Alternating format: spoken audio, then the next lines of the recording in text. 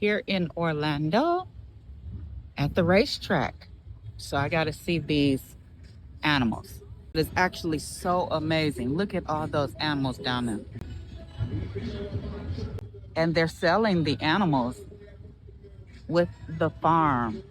Nice and peaceful until these races get started. Our RV, it needs to be washed. It's dirty. We drove 20 hours. Then I'll give you a sneak peek of God's plan.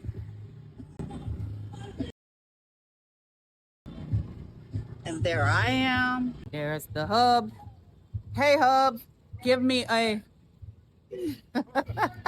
Are they cows? What is that with the hump on the back?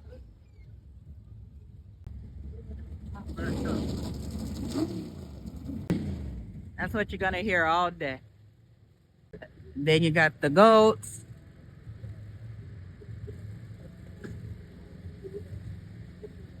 Billy goats.